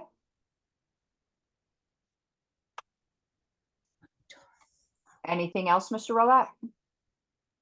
That's it.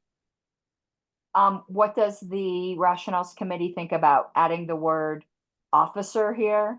Because it's not all elections. Fine with Also me. good. Okay.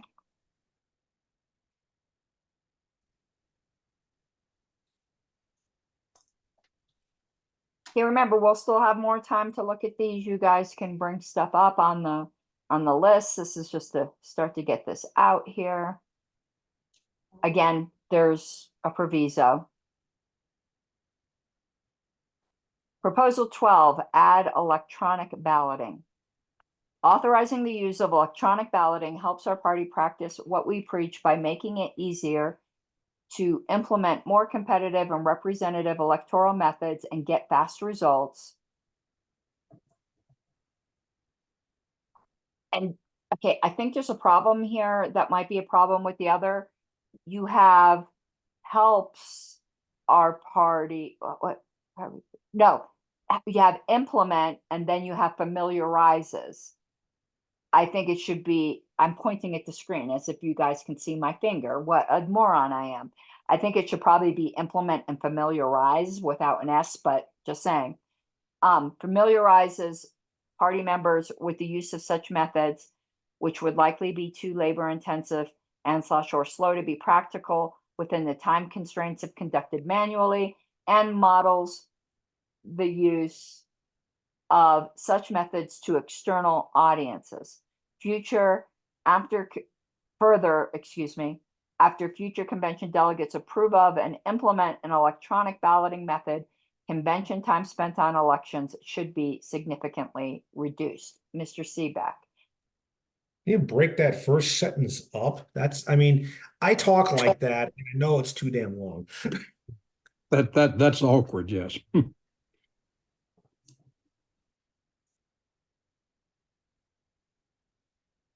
Okay, I'm gonna let Mr. Latham go, and I have some comments on this since I'm gonna be the one who has to say all this. Mr. Latham. Sure, just the parallel construction part. So yeah, I think that's fine, just however you want to. So familiarize rather than familiarizes, and you can even do model rather than models. And then, you know, the deal about breaking it up, yeah, you could do, I mean, I was just thinking out loud. Authorizing the use of electronic balloting helps our party practice what we preach, period. It makes it easier to implement blah, blah, blah. Anyway, that might be one way to break it up. Okay, here's my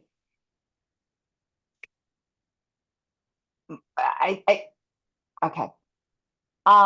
We say in this proposal up here, we already say practice what we preach here in number 11. I don't want to use that same phrase twice. I really don't. And I don't think practice what we preach really belongs here. Because I think taking that out would improve this to say authorizing the use of electronic balloting makes it easier to implement and so on. And that already reduces that sentence. So that already makes that sentence a little short, makes it easier to implement more competitive and representative electoral methods and get fast results, period. Further, comma, It would also, or something like that. Yeah, so put a period here. Further, it would familiarize party members with the use of such methods, blah, blah, blah. And then there shouldn't be a comma there. And model the use of such, I think that breaks it up nicely. I think the period you put on in turned into a comma. It did. I'm a dummy. I think that breaks it up well. We have further twice though. So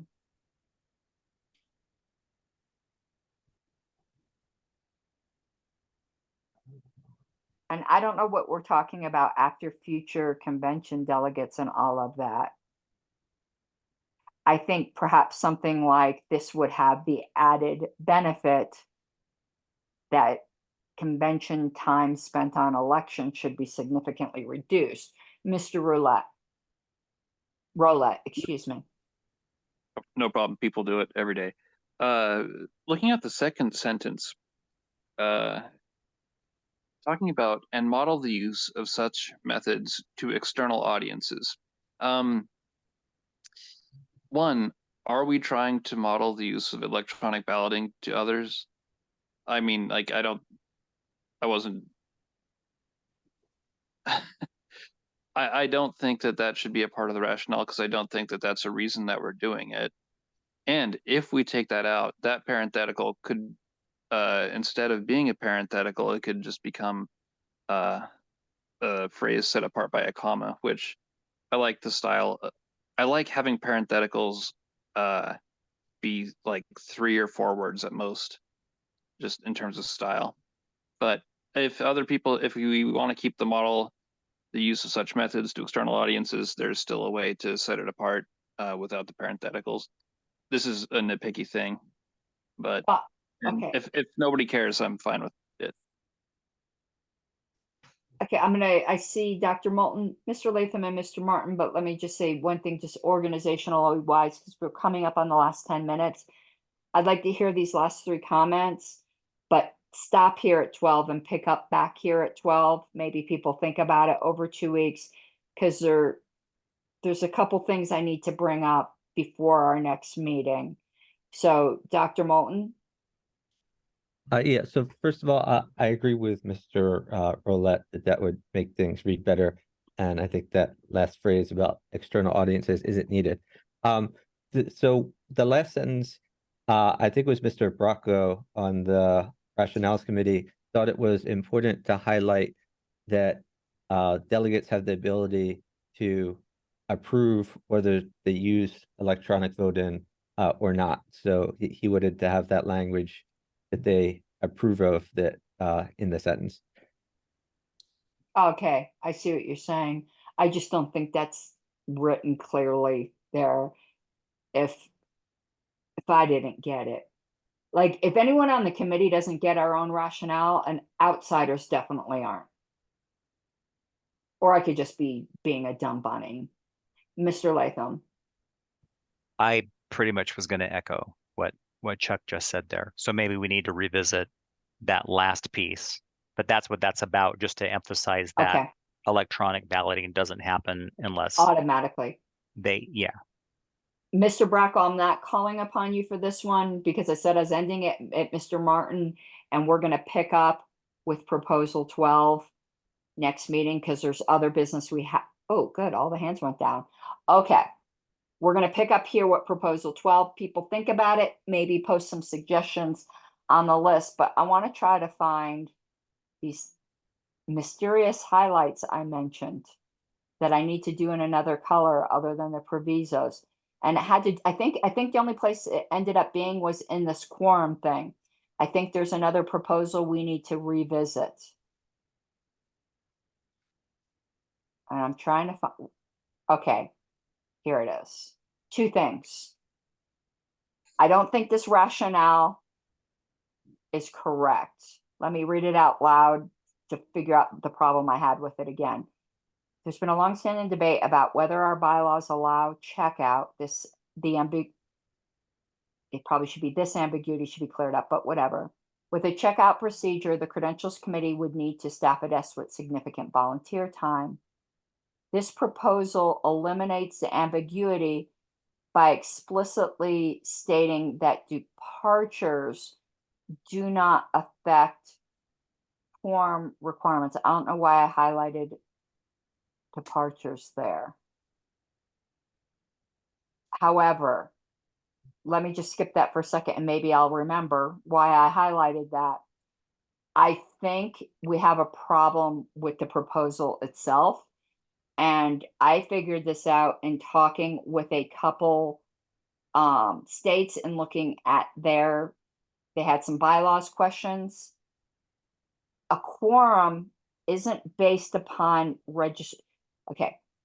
On the convention committee, registration is different from credentialing. Everybody who attends the convention is registered.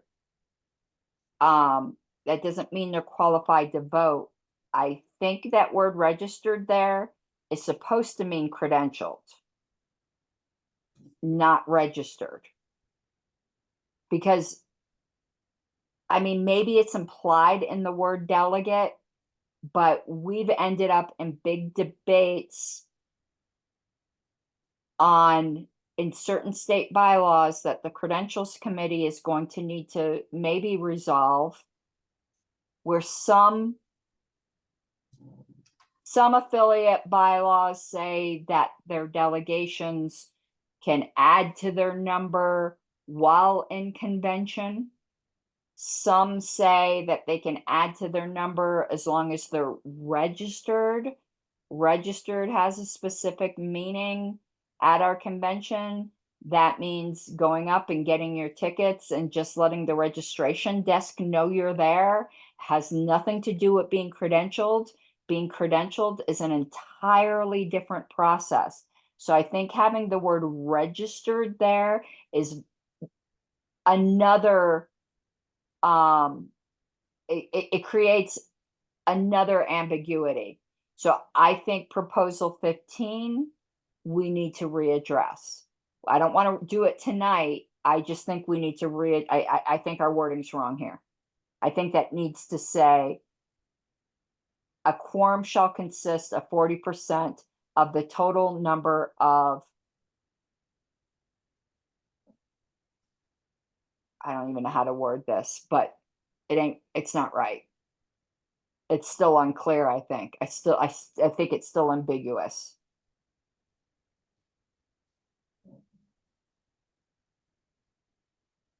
Even though Roberts does use the word registered, it's just in our own, I don't know, maybe you guys are fine with it.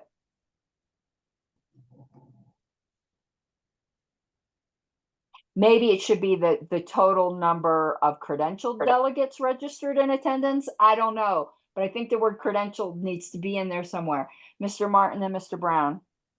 Yeah, no, credentialed delegates just makes sense to me as a phrase. I mean, to me, that's pretty clear. That's all.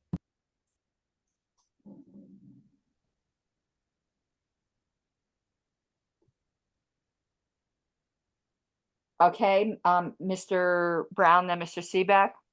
I was going to say that Robert, I believe, refers to number of delegates who are registered as being in attendance, not just people, but the number of delegates. Yeah, and it does say delegates, but the way we use the word registration in the party is a bit different than the way Roberts uses it.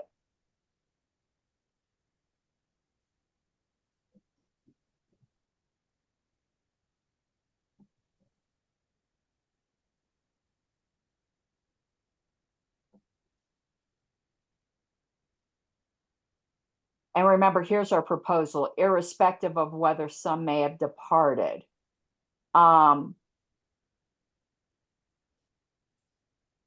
So I think our proposal should probably say, and I see you, Mr. Seebeck, a quorum shall consist of 40% of the total number of credentialed delegates in attendance at the convention, irrespective of whether some may have departed. And I think that gets rid of the whole registration versus credentialing problem. Mr. Seebeck. Yeah, I know we kind of went back and forth on that quite a bit on registered versus credentialed versus so on. Here's a quick question though. Does the word seated and this seated, excuse me, fit in here anywhere, or is that basically an equivalence of being credentialed? But I agree, credential needs to be in here versus registered. So I'm going to take that as a point of parliamentary inquiry. We're only going to get so far into debating this. I just wanted to bring up that I'm taking this one on. This is my assignment. I'm going to be taking this one on to reconsider some different language. I think seated adds potential interpretive issues, whereas the word credentialed and registered have long established meanings in the party. Mr. Roulette. I think that I'm generally in favor of having one issue decided per proposal. I haven't developed clear ideas yet about credentialed versus registered delegates. I think I'm probably fine with credentialed, but the point is, it's certainly possible for me to be in favor of one of these changes and not the other. I know that we want to keep our number of proposals down, but that doesn't mean adding what is essentially a separate issue, like fixing two problems in one proposal when those problems are dealing with two related but different items. I am not in favor of doing that kind of mixing. Well, we'll debate that when I bring another proposal. I think they're inextricably connected, in my opinion, but we can debate that later. That was the last proposal, 15. So that was the only one I had questions on, so I'm good. Let me just change these highlights to a different color. So, well, I don't even know why I highlighted departures.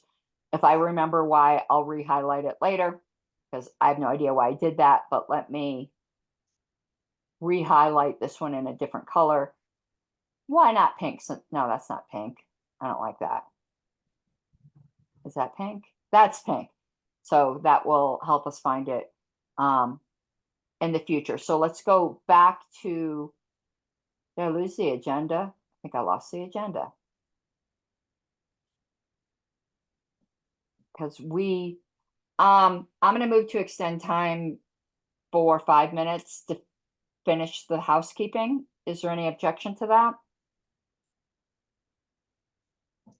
Okay, hearing no objection, we're extended for 5 minutes. We're not dealing with any of the previously withdrawn proposals because we ran out of time. So we're just housekeeping. We have SurveyMonkey. So I got with Mr. Seebeck as chair of the platform committee. We're going to be sending out a combined survey that will have 6 bylaws proposals in it.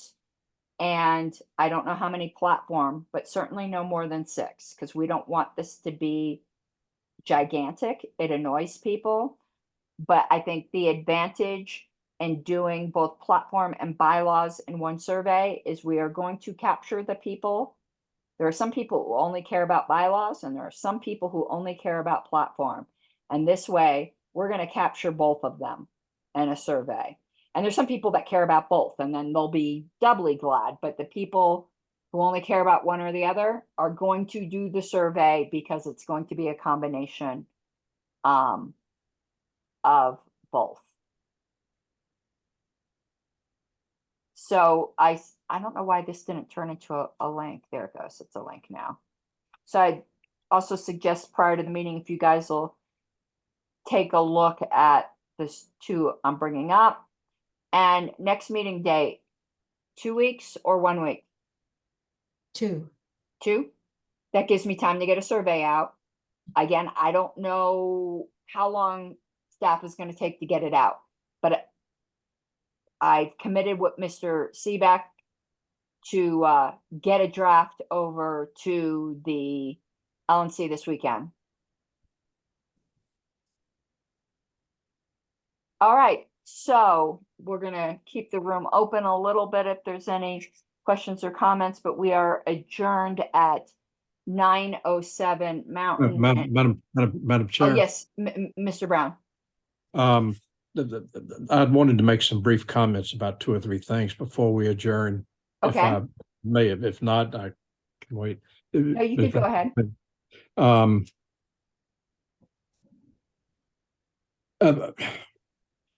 I wanted to ask if you are considering doing anything about bylaw provision.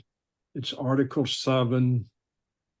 I think subsection 3. Just a minute, my computer is frozen Let me up. look. But I've got the printed copy here.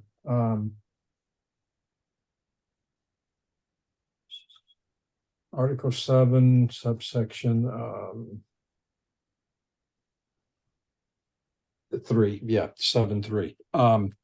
It's a provision that says, and if my computer's working right, I can read it from the computer. The terms of office. Okay, it says it's only 1 sentence.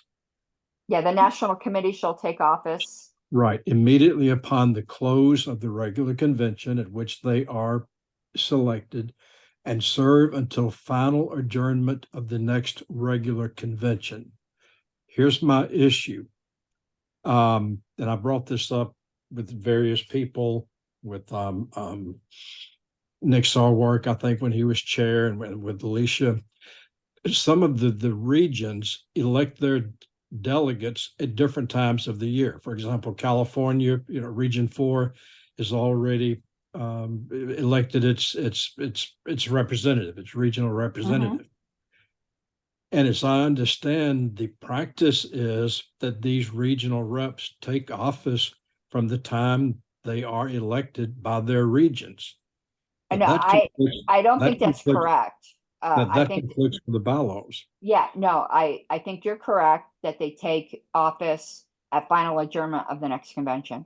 Well, in the past, I mean, I remember some from the in the past, maybe several years past, but in the past, some of them have taken office at the time they were elected. And if, for example, they said that they attended as regional reps at the pre-convention LNC meeting that takes place, right before the convention. I just that practice conflicts with the bylaws, and it's always concerned me that at some point there might be a legal issue over that, because the bylaws are pretty clear. Yeah. Until final adjournment of the next convention. Because I think the bylaws are clear, I really don't think it's a bylaws committee issue. But if regional reps get eliminated, then that problem solves itself. This term, it will not be an issue because Meredith Hayes was reelected and she's the Region 4 representative. And so the alternate and the region will have stayed the same. But I agree with you, maybe next time this is something for them to look at. It's not an issue this time. And if we get rid of regionals, it'll never be an issue again. But I agree with you. The bylaws are clear. Yeah, they are. They're crystal clear. Something else to think about. I've seen this come up at several conventions, and it can turn into a legal issue. And that's where the convention has to adjourn because we've gone over, and the crew has taken down the lights and taken down the sound system, and they're actually kicking us out of the convention hall, and we still don't have election returns. A provision needs to be made for somebody, probably the LN. I'm hesitant to say the LNC because it may be the LNC election. Judicial committee, I think. There was one convention at which the LNC members, had not all been elected. What I'm trying to say is there needs to be a provision for some group of people to be authorized to tabulate and accept and announce the election results if the convention has to adjourn before the results are available.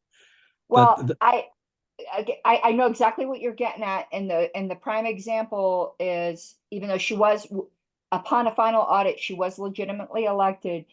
There was an election where Elisa Matson, and counts that were done after the convention had adjourned, had won an at-large seat allegedly by one vote. And there was no opportunity for the convention delegates to challenge that election because the challenge has to be made during the convention.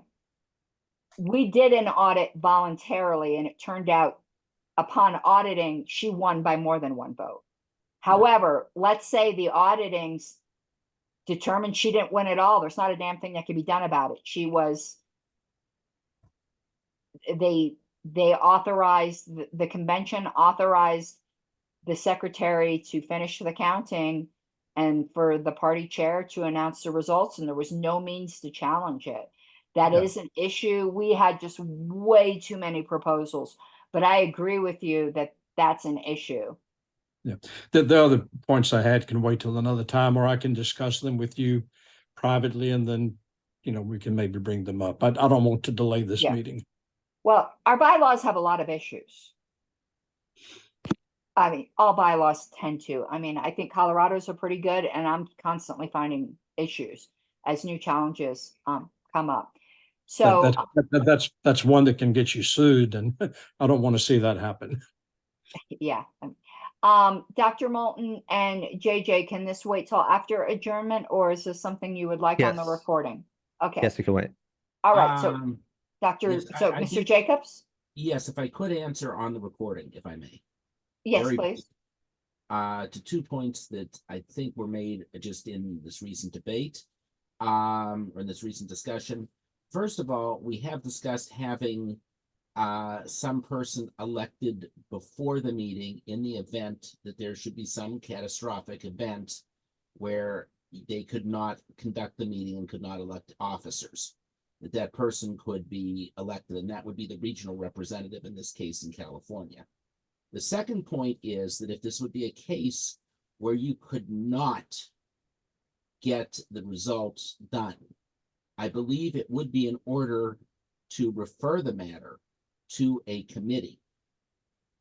And that if that was done either as a bylaw, a special rule, or a motion to commit at that particular point, that could be done, and that could solve the we don't have an election result problem. Mr. Brown, is that yeah, you're shaking your head, yes. Yeah, Okay. that's a good idea. And definitely if we get rid of regionals, or if California doesn't, or some other region, right now it's been California for a while, doesn't elect its regional ahead of time, you could end up with a problem where convention for some reason doesn't happen or doesn't adjourn properly, and you end up with no board. Right now, if for some reason some bozo, I don't want to use the word bozo, some person who didn't think things through thought it would be a great idea, and I've got a bunch of people to think it's a great idea to adjourn this convention sine die 5 minutes after it opens, then Meredith Hayes is the only member of the LNC, and she gets to appoint the next person, and then those two get to appoint the third person, then those three get to appoint the, so we don't have the problem of an absent of absolutely vacant board this term, because we already have one member elected going in. But in the future, that could be a problem. And there was a proposal to address that. It got yellow lined or red lined. For everyone's edification, some of the yellow lined ones, which this committee has yet to deal with how we're going to handle them, if we have extra time at convention, which is if wishes had fish, what's it, if fishes were wishes, or we'd all cast nets, whatever that thing is. I doubt we're going to have extra time. The red lined ones are going to get referred to the next committee with no obligation for them to take it up. It's for their information only. So a proposal to deal with the specter of not electing anybody, which again isn't an issue this time. I'm sure Meredith would be thrilled if she got to pick the whole next LNC, or at least the next person. That is in at least being referred to the next bylaws committee. So that issue will not be lost. And Mr. Brown, if you would care to, by the time this convention prepares its final report, if you have ideas that you would like to jot down, I would be more than glad to make sure that gets passed along to the next bylaws committee chair, along with the proposals we struck, that we passed but decided we didn't have enough time to hear. So that way these concerns aren't lost, or at least handed down to the next committee who can decide what they want to do. So be more than glad to get something from you. I will, and thank you. And you may know this, and I know JJ knows that some committee members may not know it, but failure to complete elections or failure to announce the election results before the convention adjourns can cause real legal problems, serious problems. Okay, so we are going, and I have a comment for Kate Morgan in chat, but I wanted to adjourn first. So now it's 9:18 Mountain. I want to stop the recording. Ms. Morgan has made a lot of